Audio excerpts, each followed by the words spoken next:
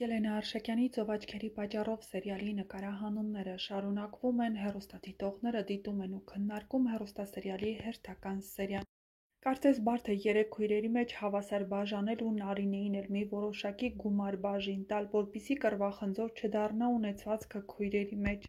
Մեկա Սառան պիտի բաժանի հավասար, Սարոյան, երկար մտածիր ու նոր գործիր, գրել է հեռուստադիտողներից մեկը։ Ռեբեկայից մի վախեցիր, Էլկա ջան, գնա քո երջանկության հետևից, Արմանն անում է այն նույն սխալը, հիմա էլ պապիկն ա մահացած տեսել, չի ասում Էլկային ու ուրիշներին ու հեսա փախնելու ա, հետո էլ կգտնեն, իրա վրա կգցեն, բայց դե հույս ունեմ պապին չի մեռել։